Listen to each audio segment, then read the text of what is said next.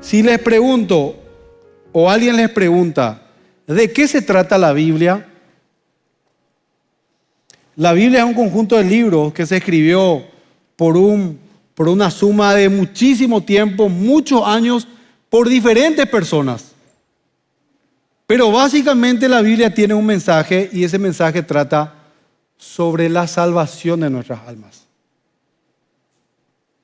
Muchas veces vos no necesitas ser un erudito bíblico para poder explicar esas grandes verdades. Pero cuando nosotros entendemos esta gran verdad, que la Biblia es un libro de salvación y que Dios se reveló al mundo y hizo todo lo posible para que un libro sea inspirado por Él, escrito por autores humanos, donde Dios les reveló cuál era su voluntad. Una vez que tenés esa gran verdad y entendés que la Biblia es un libro de salvación, también va a afectarte en la parte práctica de la vida. Si vos entendés ese contexto, esa gran verdad, de que la Biblia se trata de la salvación de tu alma, de la liberación del pecado, de la vida eterna, de un propósito eterno con Dios, para Dios, también eso va a afectar tu vida práctica.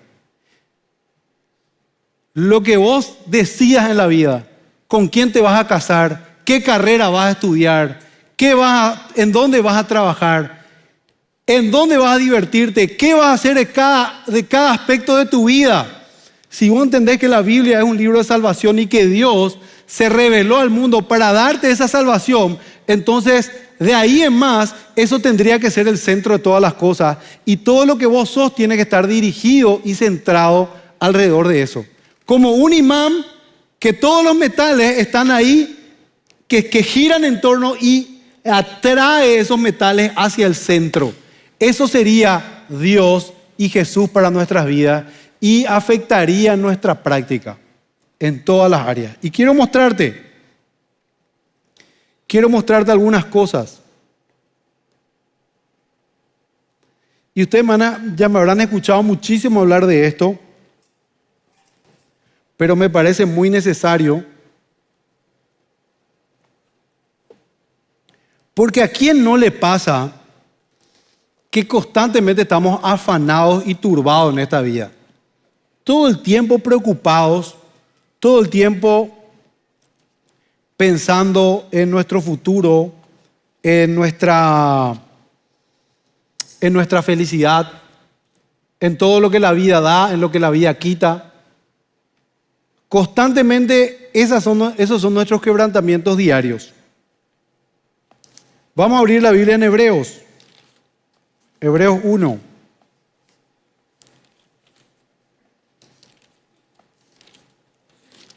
Hebreos 1, después ya no hace falta que abran, pero también quiero que pongas 2 Timoteo 3:16. Ahí marca, hace con tu manito.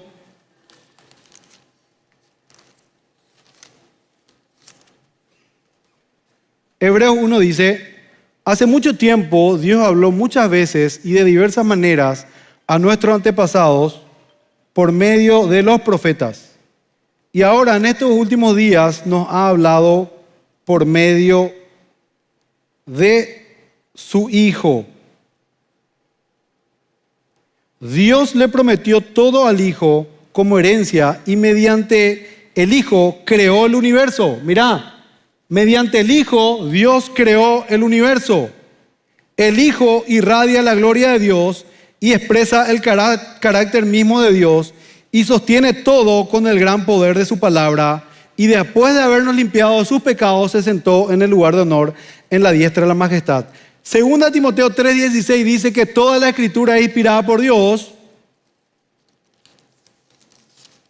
Y dice: útil para enseñarnos lo que es verdad y para hacernos ver lo que está mal en nuestra vida, nos corrige cuando estamos equivocados y nos enseña a hacer lo correcto. Dios lo usa para preparar y capacitar a su pueblo. La versión Reina Valera dice, es para salvación, dice. La Biblia es inspirada por Dios para salvación. Después nosotros podemos ver en Juan 1 dice, en el principio era el verbo era con Dios y ese verbo se hizo carne. Después podemos ver en los evangelios que la palabra de Dios dice, Jesús viene al mundo para perdón de pecados. Después en 1 de Juan dice, nosotros hemos visto al verbo de gloria, vimos su gloria, tocamos con nuestras manos. Habla del perdón de pecados a través de Jesús. Y así encontramos diversos versículos donde nosotros podemos ver que de principio a fin la Biblia es un libro de salvación. Es un libro de liberación. Conocerás la verdad y la verdad te hará libre. Y ya voy a entrar también en esa área, porque la Biblia también dice, si el Hijo os libertare, seréis verdaderamente libres. ¿Y a qué se estaba refiriendo? Muchas veces nosotros pensamos en el aspecto espiritual nomás. Si estamos influenciados por demonios, si hay un aspecto en nuestra vida donde todavía no está siendo gobernada por el Espíritu Santo, pensamos que estamos atados en cierta área, pero la Biblia habla de una liberación. Habla del día del Señor, el día del juicio del Señor. Habla de una salvación eminente. De que el ser humano está en una situación que literalmente está a punto de ser condenado. Es más, la Biblia ya dice también que esta es la condenación, que la luz vino al mundo y los hombres amaron más las tinieblas que la luz. Pero Jesús le dijo a Nicodemo, no he venido para condenar al mundo, sino para salvar al mundo. Y así vemos. Ahora, en Colosenses también nos dice que Jesús es el principio y el fin de todas las cosas. Que todo fue creado por Él y para Él. Que en Él mora en Él moran los secretos de la sabiduría y la inteligencia, del conocimiento, y que también en Él habita corporalmente la plenitud de la deidad. Muchos osadamente andan diciendo por ahí que la Biblia evangélica está mal. ¿Ya habrá escuchado? Ahora hay ataques en las redes sociales donde nos dicen que esta Biblia no es verdadera. No, a esa Biblia le faltan libros. ¿Escuchaste eso, no? Ahora está muy de moda en las redes sociales decir que a la Biblia protestante le faltan cosas. Y decir que como nosotros creemos que la Biblia es la máxima autoridad porque es inspirada por Dios, y además Jesús dijo que ninguna tilde de la ley va a desaparecer, sino que Él vino para cumplirla, que nosotros no tenemos el verdadero mensaje de los apóstoles y la verdadera Biblia. Y todos estos versículos que yo les estuve dando es para que ustedes vean que los profetas del Antiguo Testamento hablaron inspirados por Dios. En Hebreos, el escritor de Hebreos, ya en el Nuevo Testamento, nos está diciendo que Dios habló a través de ellos. O sea que el Antiguo Testamento fue escrito, inspirado por Dios y es palabra de Dios. Y el Nuevo Testamento dice, en los postreros días Dios nos habló a través del Hijo. Y sin lugar a duda ustedes escogen Lucas, escogen Mateo y al final de los evangelios pueden ver cómo Jesús agarró a ese puñado de apóstoles de 12 más sus otros discípulos y Él los instruyó, estuvo con ellos. Dice, los escogí para que estén conmigo y para enseñarles las cosas. Entonces Jesús no solamente fue un maestro que enseñó cosas, vivió con ellos y le mostró abiertamente quiénes son la verdad. Mi última prédica de acá, que habrá sido hace más de un mes, 2 meses ya seguro, la última vez que prediqué, que hay que darle gracias a Dios que siempre se casan los hermanos, entonces estamos cumpliendo también con los hermanos, pero tenemos acá un ministerio increíble de hermanos, cómo predican, con mucha juventud, pero sabiduría en la palabra de Dios. Así que eso es algo que nos va a faltar en el púlpito.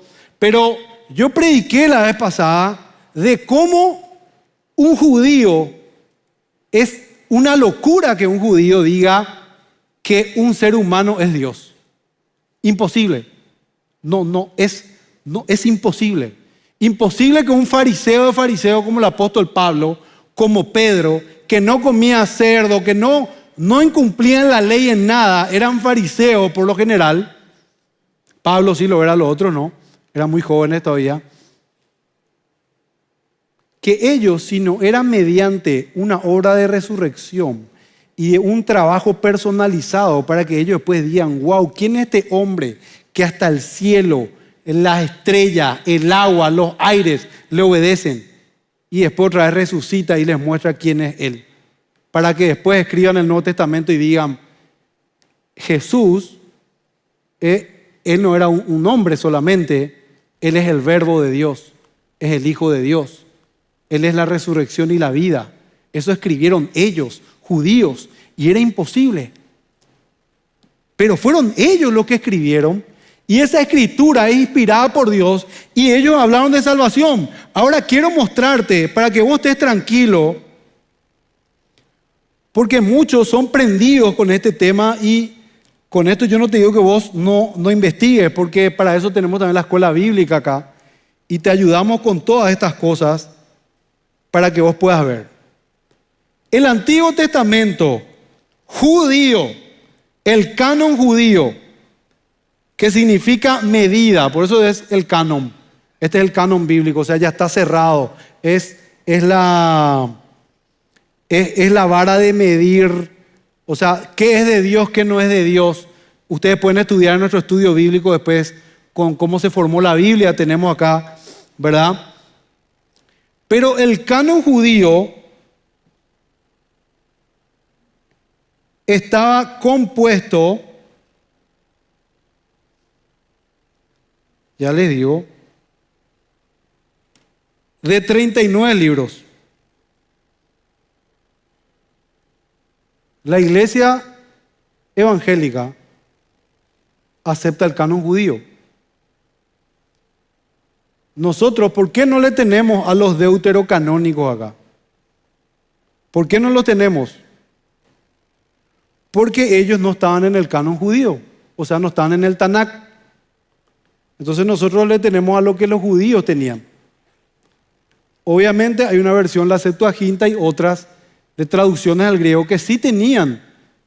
Le metieron a los deuterocanónicos, que son, por ejemplo, ya habrás escuchado Judith, Tobías, sabiduría eclesiástico, que a lo largo de la iglesia han dicho que no son inspirados, pero son muy buenos para sabiduría. Sí, hay que leerlos, es parte de la historia. Pero no por eso, porque nosotros no hemos considerado que son parte de la inspiración, significa que nosotros estemos errados en eso. Entonces nosotros tomamos el Tanakh, el Antiguo Testamento. Ahora, el Nuevo Testamento, todos estamos de acuerdo. Entonces no te pueden venir a decir, tu Biblia evangélica no es una Biblia de Dios. ¿Entendieron? Así es, ese era el canon judío. Ahora, quiero leerle a los padres de la iglesia, algunos, para que ustedes puedan ver. Porque muchos pues dicen, la iglesia romana fue la que hizo la Biblia. Que nosotros tenemos Biblia gracias a la iglesia romana. ¿Verdad? Y nosotros podemos ver que ya antes de ese concilio, los discípulos, los apóstoles ya consideraban palabra de Dios a estos libros que nosotros tenemos ahora. Porque la Biblia reconocía cuáles eran los libros inspirados, escritos por los apóstoles o por sus secretarios amanuenses, ¿verdad? O la gente cercana como fue Lucas, por ejemplo. Hubieron libros como Hebreos, por ejemplo, Santiago, la segunda carta de Pedro, segunda y tercera de Juan, y Apocalipsis, donde muchas iglesias de temprano ya adoptaron como inspirados y otros que decían estaban en duda. Pero sí tomándolo de parte de Dios. Entonces lo que la iglesia hizo fue reconocer. Con esto te quiero mostrar que había padres de la iglesia. Padres se le dice a los que fueron los discípulos, los apóstoles, la patrística le llaman, que eran los primeros discípulos del cristianismo que empezaron a ser apologistas, escribieron. Miren lo que dice acá. San Clemente de Roma, a fin del año 90, escribe una carta a los Corintios y dice: os habéis asomado a las escrituras sagradas, que son verdaderas, que fueron inspiradas por el Espíritu Santo. Sabéis muy bien que nada injusto ni falso se contiene en ellas. Y en esta misma carta cita a texto del Antiguo Testamento y del Nuevo Testamento. Dice en efecto el Espíritu Santo, Cristo mismo por boca del Espíritu Santo nos invita de esta manera. Clemente es una carta que vos hoy la podés leer. Alfonso Ropero escribe un libro sobre la patrística, vos podés leer ahí la carta que Clemente le escribió a los corintios, abiertamente. Antes del concilio diga este canon bíblico, acá ya vemos un padre de la iglesia donde dice que la escritura es inspirada por Dios. O sea, esto no vino del hombre, hermanos. Esto vino de Dios. Fue el Hijo, como dice acá el escritor de Hebreo, en los postreros días Dios nos habló a través del Hijo. No voy a leer todo, voy a leer acá Atenagoras. Le puedes poner esa a tu hijo después si querés. Atenágoras. En el siglo II escribe, nuestros testigos son los profetas que hablaron por virtud del Espíritu Santo. San Hipólito Romano en el siglo II dice, Cristo y el anticristo, escribe, los profetas preparados con el espíritu profético, honrados con la palabra, tenían al verbo como una inspiración y ellos eran instrumentos, así anunciaban lo que Dios quería. ¿Qué dijo el apóstol Pedro? Que el Espíritu Santo que estaba en ellos inspiró a los santos profetas para escribir. Estaba en ellos. San Ireneo, obispo de Lyon, al finalizar el siglo II escribe contra las herejías, las escrituras han sido elaboradas por el verbo de Dios y pronunciadas por el Espíritu Santo. Orígenes en el siglo II dice, en Alejandría, de los comienzos, tomo 1, capítulo 4, número 9. Las escrituras son divinas, quiere decir inspiradas por el Espíritu Santo. Las sagradas escrituras no son obras de hombre, sino que han sido escritas por Jesucristo, siendo inspiradas por el Espíritu Santo y por la voluntad del Padre de todos. Llegaron a nosotros. San Jerónimo, mi lengua es la pluma de un escribano veloz. Yo debo preparar mi lengua para que con ella escriba el Espíritu Santo en el corazón y en el oído de los oyentes, dice el Salmo 45:2. San Agustín también dice el Salmo 50, que él ya fue más viejo, porque él ya escribió en el siglo V, Cristo por su humanidad es cabeza de los apóstoles, miembros de su cuerpo. Por tanto, cuando ellos escribieron, no se puede decir que él no haya escrito, ya que los miembros realizaban lo que la cabeza les decía. ¿Por qué tengo que decirles esto, hermano? Y le tomo ahí a San Agustín. Porque el mensaje de los apóstoles es el que a vos se te está predicando miércoles, viernes, sábado y domingo, al menos en esta iglesia. Ese mensaje, ¿por qué sabemos que es el mensaje de los apóstoles? Porque es el que Jesús les dijo. Como les dije, Lucas, Marcos, Mateo, lo que las escrituras hablaron de él, nuestra interpretación bíblica tiene lentes apostólicos. No solamente veterotestamentarios, como muchas iglesias hoy en este día quieren dar sus interpretaciones judías. Se visten como judíos, ponen como judíos. Tienen que dar una palabra y se ponen No. Y otra gente digo, porque son iglesias que dicen que predican el Evangelio de Jesús, el mensaje de los apóstoles, sin embargo, sus prácticas se alejan de la ortodoxia cristiana.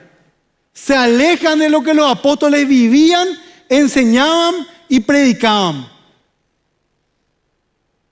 Y después dicen, nosotros hicimos la Biblia. Y después dicen, nosotros somos dueños de la verdad. O nosotros somos los únicos. Y justamente la iglesia es apostólica. ¿Por qué apostólica la iglesia? Porque Dios escogió a los apóstoles y son los apóstoles los que dieron la revelación de la verdad bíblica. Eso es difícil, hermano, de digerir. Obviamente, no es que le estamos atacando a alguien, pero seguridad le quiero dar a ustedes. de que ustedes tienen hoy en sus manos, con la Biblia que están teniendo acá, tienen en sus manos el verdadero mensaje de Jesucristo y de los apóstoles, de los santos apóstoles. Y alguien que está enseñando otra cosa, una salvación aparte de Jesús, una salvación o una gracia que se concede aparte de Cristo, entonces ya no era el mensaje de los apóstoles.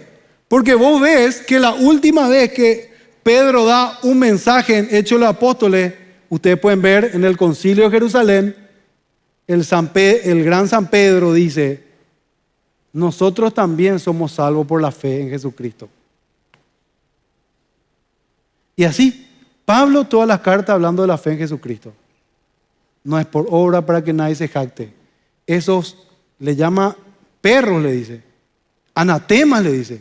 A quiera que predica otro evangelio o le quiera poner otra carga, aún ni coman con ellos, dice.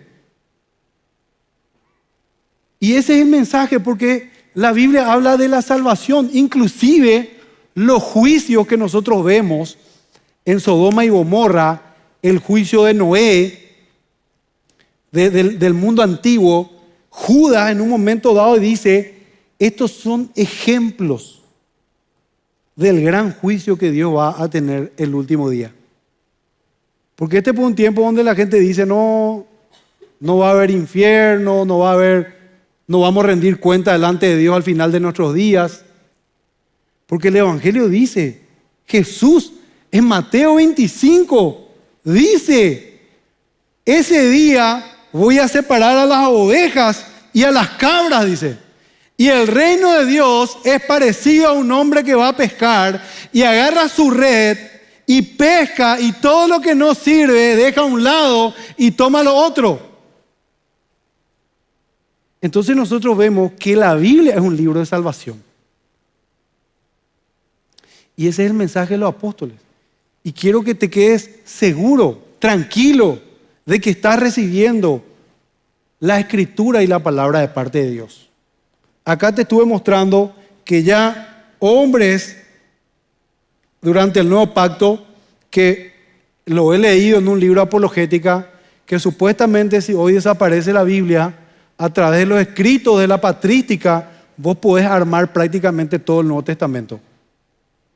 No me consta porque no lo investigué, lo leí en varios libros de apologética. Tal vez vos sí vas a agarrar a investigar y le preguntar a ChatGPT y solucionar tu problema. Pero yo no lo hice, así que leí de esos autores y dicen que estos padres nombraban ya el Nuevo Testamento. Nombraban el Nuevo Testamento antes de los años 300. Lo consideraban palabra de Dios. Y como el apóstol Pedro dice, escritos de Pablo, dice, que la gente dice tuerce como las demás escrituras. Ahora, yo no sé, mi amigo y hermano Jorge Espínola me dijo: pastor, hoy va a venir mucha gente nueva. Entonces, yo creo que dirigido por Dios también tal vez me dijo, porque viene muy bien también para que ustedes tengan el panorama de toda la historia bíblica. Entonces, yo quería resumir brevemente algunas de estas cosas para que ustedes puedan ver que este es un manual, o sea, no un manual, es una palabra de Dios de salvación. Y si Dios te tiene que escribir una carta, categórico que Dios te va a poner primero lo más importante. Y tenemos que reconocer que nosotros nos preocupamos demasiado por las cosas periféricas de la vida. Nos preocupamos mucho por la comida, por el que vamos a comer, por el que vamos a vestir, por el que van a decir, por nuestra vida humana, y dejamos de lado las cosas centrales de la vida. Entonces, Dios se encargó de la salvación. Y lo mejor que vos podés tener en esta vida es estar seguro de tu salvación, que vos estás en el camino del Espíritu Santo, en el camino de la salvación, tener una relación real con Dios. Dios te ama, vos le amás a Dios. Y el resto, que pase lo que sea, hermano. Porque vos tenés todo en Cristo Jesús. Que pase lo que sea. Como dijo Jesús, pongan su mirada para arriba porque su salvación ya está a punto de entrar. Porque es preocupante, pues era para los muchachos. Hermanos, yo quiero que sepan, hermano, una cosa. En el contexto de los judíos, ellos no podían separar su nación de su identidad, de su religión, de su Dios. Era inseparable, eso era algo integral. Hoy tal vez, si hay de repente, ahora que hay rumores de guerra y cosas así, nosotros tenemos nuestro espíritu nacional, ¿verdad? Pero albirroja lento nomás, por ahí nomás, ¿verdad? Pero te garantizo, si hay una conquista o algo, yo creo que ya el globalismo y otro tipo de ideología ya nos conquistaron. Día del Chaco, ya ni le conocemos quiénes son nuestros héroes. Esperamos nomás ya para hacer nuestro asadito. Nuestra identidad nacional, off. Pero para ellos era una preocupación en serio. Porque Israel tenía que ser destruido. Y saber que su Israel iba a ser destruido en el año 70 era doloroso porque, Señor, ¿cuándo va a traer la restauración a Israel? Y el Señor les dijo, cuando, ustedes pueden ver ahí en Mateo 25, cuando vean a la ciudad sitiada, corran, salgan. Y ustedes ya saben lo que pasó. El emperador Tito era el general, ¿verdad? Realmente era un sufrimiento increíble. Y agarremos la Biblia y miremos con un análisis relacionado a la caída del hombre. El pecado, cuando el pecado entró a la humanidad y esa relación armoniosa esa relación armoniosa entre Dios y el ser humano se corrompió y dañó. El ser humano, por instinto en su maldad, empezó a generar dentro de sí una competencia de poder, egoísmo, un tema político, y ya empezaron ahí los hermanos ya empezar a polarizarse. El más fuerte menospreciando y menoscabando al más débil. Después le vemos a Lamec, y Lamec empieza ya él a ser como ese primer hombre que va a ser más fuerte que los demás. Si alguien me toca, yo voy a hacer el doble, ¿sí? Ya empieza a poner las leyes que Dios no había puesto. Porque el ser humano tenía que sojuzgar la tierra con una administración justa, de poder bendecir a todos sus descendientes. Vos te podés imaginar la tarea de Adán y Eva como reyes del mundo y poder administrar las riquezas con justicia y que las descendencias sean felices, bendecidas, que puedan tocar las riquezas, puedan producir, puedan trabajar en armonía y en bendición. Pero sin embargo entra el pecado y lo primero que vemos es que ya uno empieza a tener un espíritu de gobernante directamente y someterle en esclavitud a los otros, usando su fuerza en detrimento de la debilidad de los demás. Ahí empezamos a ver ese gobierno humano que empieza a, ¿cómo se dice? Empieza a esclavizar a la otra parte más débil. Y eso es lo que vemos a lo largo de toda la Biblia. Vemos después un gran hombre que hace la Torre de Babel y Dios va interviniendo. Dios va interviniendo para traer liberación. Después vemos que el pueblo de Israel, porque Dios empieza, ¿por qué te digo es un libro de salvación? Porque Dios después, desde el versículo 12, ya empieza a hablar con Abraham. Y Abraham, inspirado por Dios, él empieza a ser el primer monoteísta. Dios empezando a dar su identidad, y de la sangre de Abraham, estos varoncitos que eran todos pastorcitos y se iban a los lugares donde sus ovejitas pastaban mejor, comían mejor, Dios le lleva a esa tierra, ¿verdad? Y ustedes ya saben cómo después en Egipto ellos fueron 400 años, fueron esclavizados por los egipcios. Podemos ver una vez más en toda la humanidad los pueblos, las naciones, usando el poder, la fuerza, el egoísmo, el engaño, para poder tener un poder disfrutar de los placeres, poder ser los reyes y señores. Pero ahí entra Dios y trae liberación. Trae liberación el Señor. Le da la tierra prometida a través de Josué. Después entran los jueces. Porque cuando esos no eran naciones, eran así como pueblos, eran todavía, ¿cómo se dice? Ciudadelas, ¿verdad? Y tenían a un solo Dios, se ayudaban entre ellos. Entonces venían los enemigos, otra vez le conquistaban y Dios levantaba un libertador para poder traer la victoria de vuelta.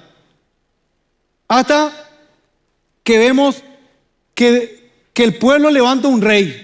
Ese rey que tenía que ser de bendición y todo lo demás, era un rey que lo único que reflejaba era de vuelta el egoísmo, la saciedad de poder, todas esas cosas, hasta que Dios trae a su rey, que era David.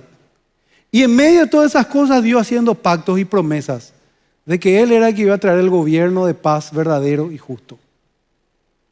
Entonces entra David y David le da la tierra prometida porque Él le vence a todos los enemigos. Todo fue fraccionado hasta que David le pone a sus enemigos y prácticamente ahí ellos empiezan a gozar de lo que era esa tierra. Pero después viene Salomón y el reino se divide. Empiezan a pelearse entre ellos por el poder. Las leyes que tenían que ser de bendición para bendecir a otros. Ustedes le ven a los profetas y dicen, che, ¿qué es lo que es eso? Ustedes le están explotando al pobre. No tenía que haber esclavos entre ustedes y tienen esclavos entre ustedes. El tema de la deuda era para que ustedes le ayuden a la gente a producir, no para que ustedes le puedan usar a la gente y otra vez explotarle y hacerles esclavos. Ustedes me piden cosas, ayunan, decía Isaías, ayunan, pero ustedes no cumplen la verdadera ley, su corazón está lejos de mí. Y ahí vemos que Dios permite otro éxodo, por así decirlo, ¿verdad? Que le llaman la cautividad de Babilonia. El hombre haciendo macanada, Dios liberándole. El hombre, una vez que está libre, vuelve a hacer macanada. Y Dios le libera otra vez. Está libre, hace macanada. Y así. Pero Dios liberando. Entonces ahí nosotros podemos ver, la Biblia es un libro de salvación, de liberación. Y en ese contexto después, ellos se van y pasan muy mal en Babilonia. Pero Dios le empieza a decir, el problema a ustedes no es que ustedes son esclavos de las otras naciones. El problema está en la esclavitud interior, le dicen los profetas. ¿Se acuerdan de Ezequiel? El problema está adentro. Ustedes necesitan ser salvos desde adentro.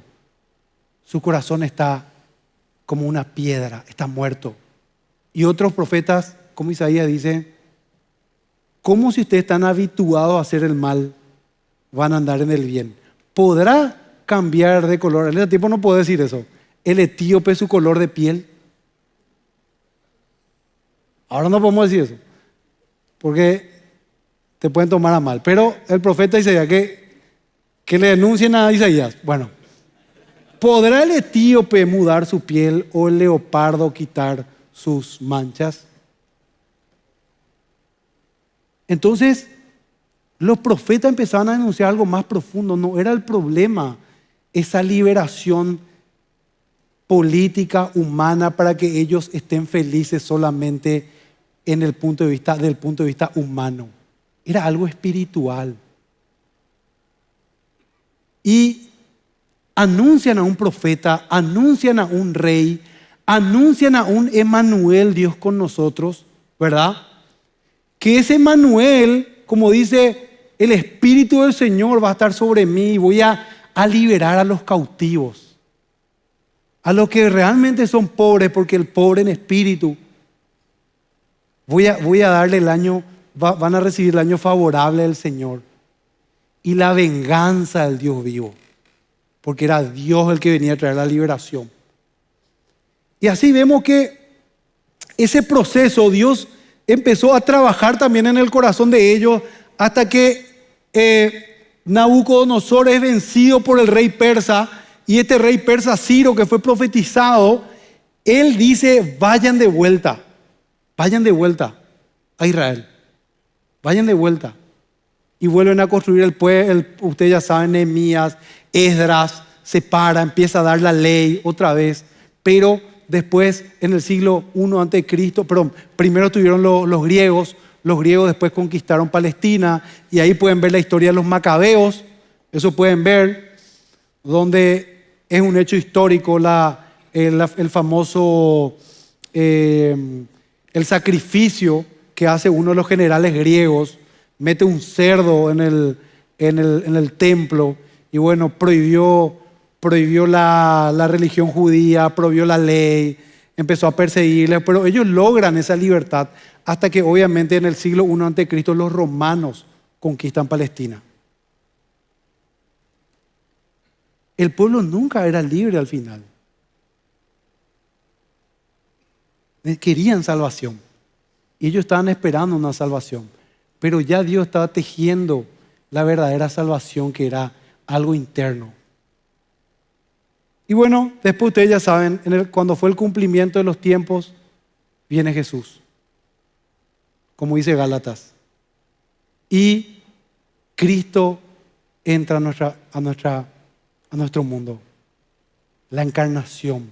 El ángel anuncia a María y Cristo es engendrado. Nacido, es un hijo de una mujer, de la Virgen, pero también es hijo de Dios. Y viene y forma parte de nuestro mundo. Dice: Él salvará a su pueblo ¿de qué? De sus pecados. No le dijo de los romanos, de sus pecados. Y cuando Jesús empieza a predicar, dice: arrepiéntanse porque el reino de Dios se ha acercado. Desde Génesis se levantaron reyes, hombres déspotas que aprovecharon su fuerza para vencer a los débiles y mantenerles oprimidos, esclavizados. Esa es la historia de la humanidad. Hombres haciéndose Dios, en guerras, en problemas, en lucha de territorio, en lucha de dinero, la lucha por el poder, destruyendo al inocente. Pero si Cristo venía y su reino era de este mundo, la liberación iba a ser solamente momentánea, la salvación iba a ser solamente humana. Ibas a tener un reino humano y no se iba a resolver el problema, porque el problema del hombre estaba en el corazón, el problema del hombre estaba en su interior. Por eso Jesús venía y decía: el reino de Dios. Ese reino, yo vengo a traer un reino, y ese reino comienza con el corazón. Por eso decía: el reino de Dios es de los pobres en espíritu. El reino de Dios es de los que tienen hambre y sed de justicia, de los limpios de corazón. Ellos verán a Dios. Entonces toda esta historia de Génesis y Apocalipsis se trata de Dios trayendo la verdadera liberación al ser humano. Y esa liberación es Dios en nosotros, que Dios a través de Jesucristo pueda venir a vivir en nosotros y salvarnos de su justa ira y su justo castigo. Porque Dios por mucho tiempo fue paciente hacia la humanidad para no traer su justicia sobre la humanidad. Esperó pacientemente muchísimos años para esperar a que su Hijo venga al mundo y descargar sobre su Hijo su justicia. Y si vos tenés ese regalo maravilloso de la salvación, es porque Dios descargó su justicia sobre su Hijo para que vos hoy tengas perdón de pecados, para que vos hoy tengas una gracia mayor, para que hoy vos tengas una liberación. Vos no podés disminuir esta obra tan grande que Dios hizo. A veces nos sentimos mal, cansados, estamos agotados de sufrir. Este mundo es injusto, se sufre. Hoy en la guerra están muriendo gente inocente. Están cayendo bombas sobre sus cabezas.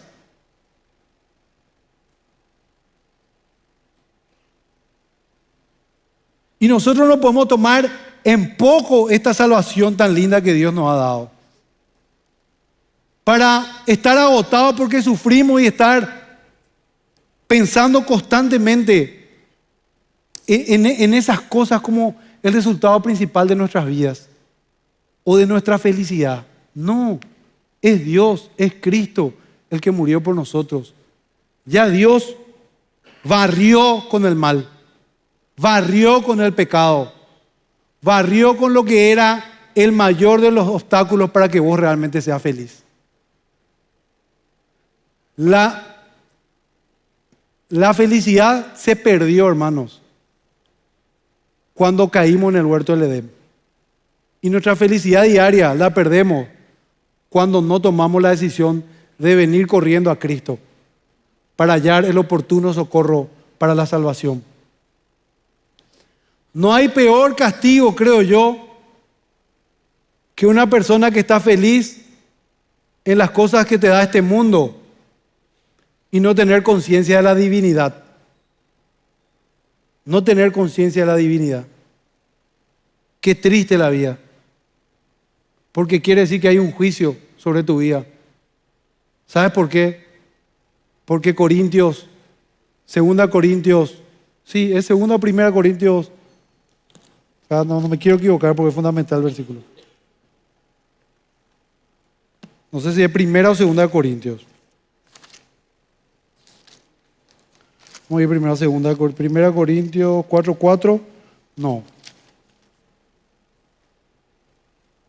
2 Corintios 4:4. El Dios de este siglo cegó el entendimiento. Cegó el entendimiento. Para que no le resplandezca la luz de la gloria del Evangelio de Cristo, que es prácticamente la imagen de Dios. Cristo es la esencia y la imagen de Dios. Por eso, este es un libro de salvación, es un libro espiritual, es un libro teológico, es un libro que Dios creó para que cuando vos lo leas, vos puedas interpelarte y decir, ¿soy bueno o malo?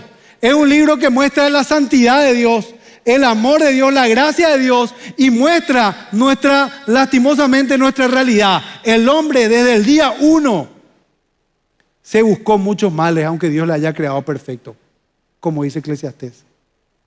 Queriéndose hacerse Dios, dándole la espalda a Dios, abusando del más débil. Pero vos me decís, yo no abuso del más débil, ¿cierto? Nosotros somos los débiles que estamos siendo abusados por un sistema tal vez. Pero también pecamos, porque cerramos los ojos y nos dedicamos a los placeres de este mundo. Estamos felices con lo que el César nos da.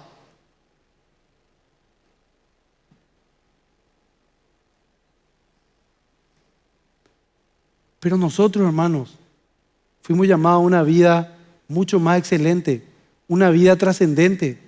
Y esa es la gracia que Dios te dio. ¿Cómo debes vivir la vida ahora? Que vos sabés que este es un manual o es un libro de salvación. Si este es un libro de salvación, ¿qué caramba me importa todo lo demás? Porque si Dios vino al mundo y se reveló a la humanidad y me mostró su amor y su gracia y mi realidad pecadora, pero que soy un perdonado gracias a Cristo, entonces yo debo vivir ahora con un propósito eterno. Hasta en lo más mínimo que hago debo vivir para la eternidad y para la gloria de Dios. Por ejemplo, si Cristo es el centro de la revelación y el centro de la vida y el centro de todas las cosas, porque todas las cosas subsisten por su poder, por su gracia. Dice, yo no sé cómo aplicarle esto, hermano, pero Colosenses dice algo muy loco. Todas las partículas del universo, todos los átomos, dice que están pegados por Jesucristo, por la palabra de Dios. Eso es algo muy, muy loco, hermano querido. O sea, todo muy lindo, los apóstoles vinieron, predicaron, le vieron a Jesús, caminó por las aguas, resucitó, todo muy lindo, espiritual eso, pero después nos salen con estos temas de que Jesús es el creador del universo, sostiene todas las cosas.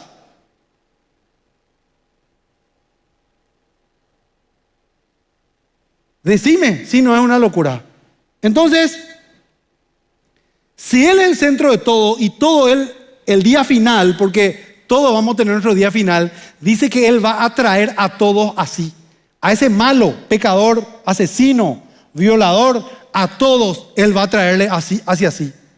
Dice la Biblia que toda rodilla se va a doblar en el nombre de Jesús. Los buenos y malos van a resucitar. No quiero resucitar, me quiero quedar muerto y dejar de existir. Lo siento, prim. Ese día que Jesús venga, prim. Ahí, esa persona que prefiere quedarse muerta y dejar de existir, Jesús le va a levantar ese día. Y Él no va a querer seguramente. Y va a odiar a Dios y va a aborrecer a Dios. Pero Él va a tener que reconocer que Jesús es el Señor.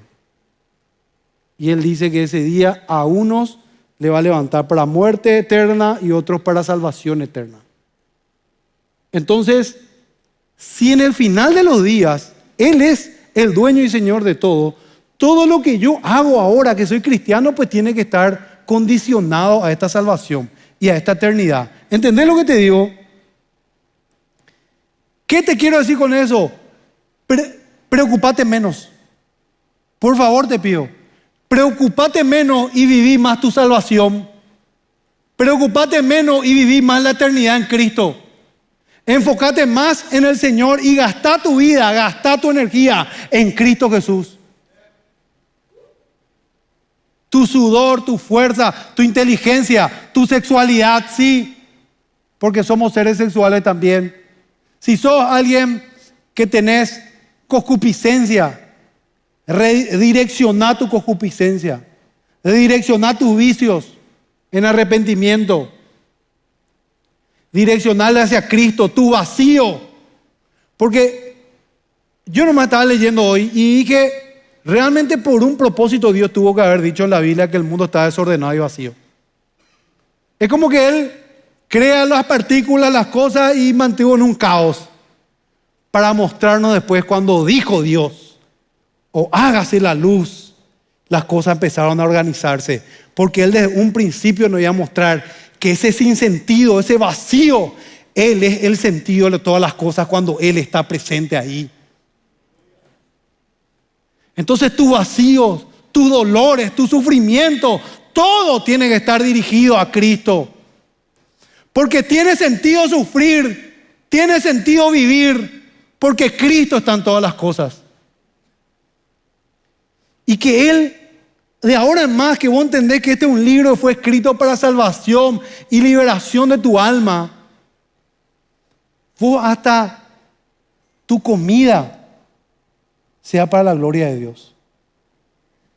¿Qué podemos decir de eso? Mira, te digo, tu estudio.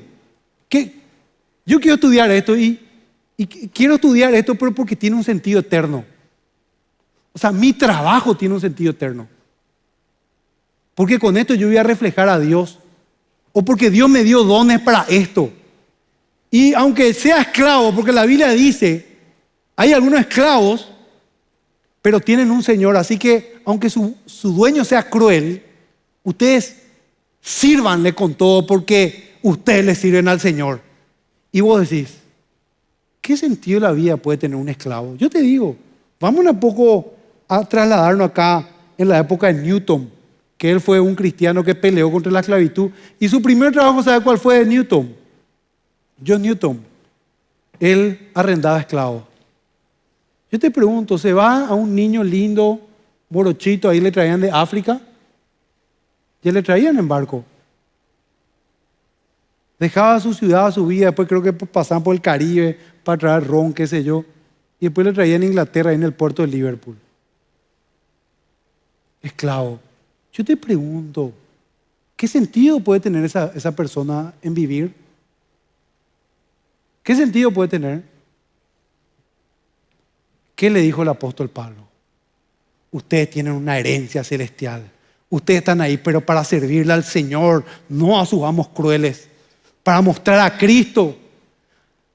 Hermanos, cuando el reino de Dios está en un lugar, hasta el lugar más oscuro, más déspota, más anárquico, más cruel, ese lugar brilla porque refleja a Jesucristo y Jesucristo es la vida misma y eso le da sentido a todas las cosas que hacemos. Así que si estamos pasando mal o si estamos en momentos complicados en nuestras vidas, quiero decirte que Cristo puede brillar ahí, porque en ese lugar donde los esclavos sufrían, los delincuentes morían, era un lugar de cruz y de sufrimiento. Cristo hizo que brille esa cruz y trajo vida eterna a toda la humanidad, a todos los que creen, hermanos. Cuando Dios está ahí, hasta la cruz más opaca puede brillar. Entonces tiene sentido. Tu estudio, gozate, alegrate, viví la vida. Reíte todo de balde porque Tesalonicenses y Filipenses dice, en todo tiempo estén gozosos. Y Dios le dio la gracia, el fruto de la salvación, de que ustedes muestren obras de su carácter, dice Filipenses. Pero también el fruto de la salvación, Dios le dio la gracia de sufrir con Él. Ahí tiene sentido todo, hermano querido. Decime si no es una bendición para tu vida esto. Así que el estudio que vas a escoger, hacelo. Si sos hijo, hacelo por Cristo. Tu trabajo, tus redes sociales, míralo con propósito eterno. No vayas a mirarlo solamente para momentos carnales, para gozarte carnalmente. Puede ser entretenimiento, claro que sí. Yo me río muchísimo en las redes sociales, a veces ya exagero. Porque esos reels, hay esos reels tan cachín. Y la gente, la risa y la alegría es de Dios. Lo que es sano, lo que no le denigra a nadie. Alegrate, come asado con tus amigos, jugá fútbol, hace todas esas cosas. Son cosas que tienen también propósito eterno. Todo lo que haces en esta vida.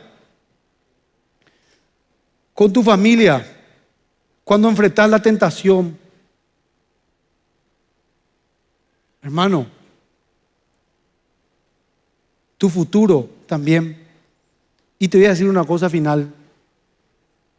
Cuando escoges para tu novia, tu futuro esposo, mirana con propósito eterno. No te vayas a dejar seducir por las cosas humanas solamente, que duran poquitito. Pensá en propósito eterno. Cuando yo le escogí a esa mujer hermosa, está allá, sierva ungida,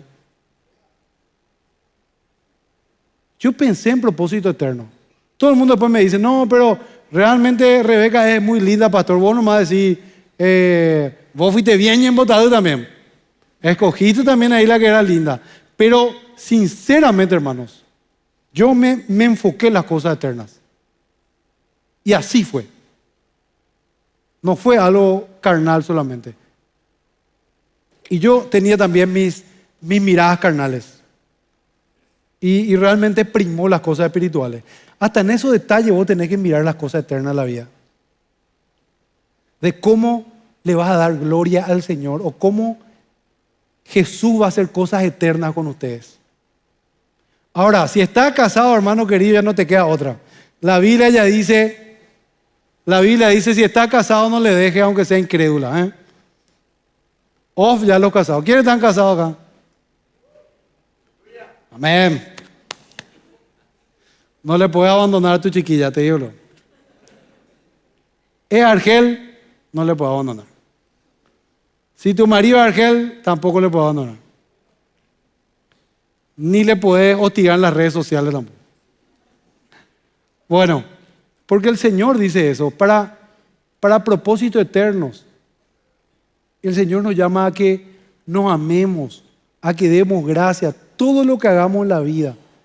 Entonces, hermanos, si Dios preparó un libro de salvación para una eternidad y ese es tu destino, ahora tenés que vivir como si fuera que Cristo sea el centro de todo.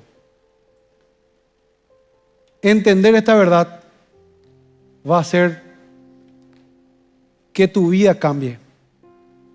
En serio les digo, muchos están acá, no digo acá, me refiero a la Iglesia Universal de Cristo.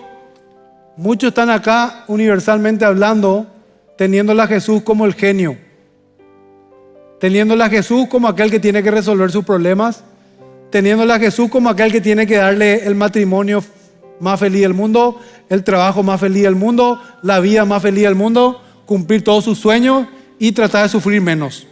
Muchos le tienen a Jesús así. Y ese no es el verdadero Dios, lastimosamente. Pero sí te garantizo que en Cristo, a pesar de todo lo que vivimos en esta vida, está la verdadera felicidad. Porque Él es la felicidad. No hay otra cosa mejor que estar con Dios y vivir para Dios. Porque el propósito del ser humano es Dios. Desde que el hombre no está con Dios, el hombre se pasa haciendo macanada.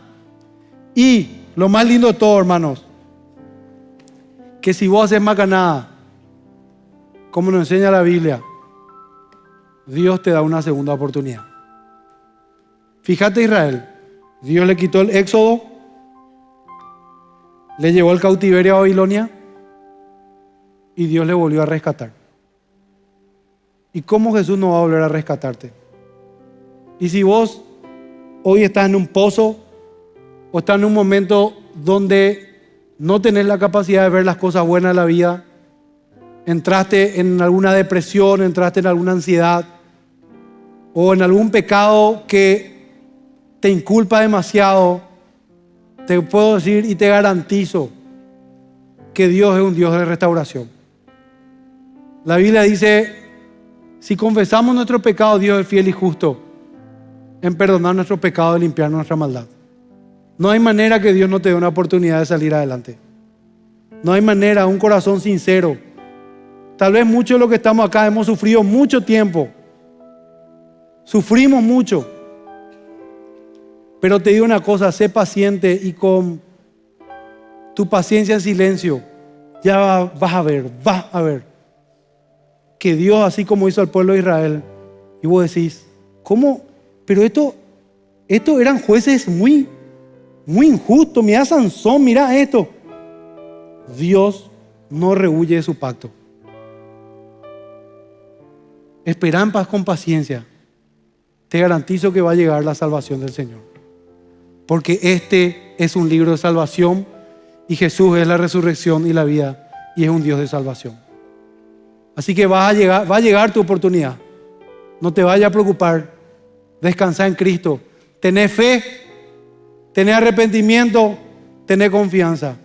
Y como dijo Jesús, tal vez la mataste, pero hacé lo que dice el Señor.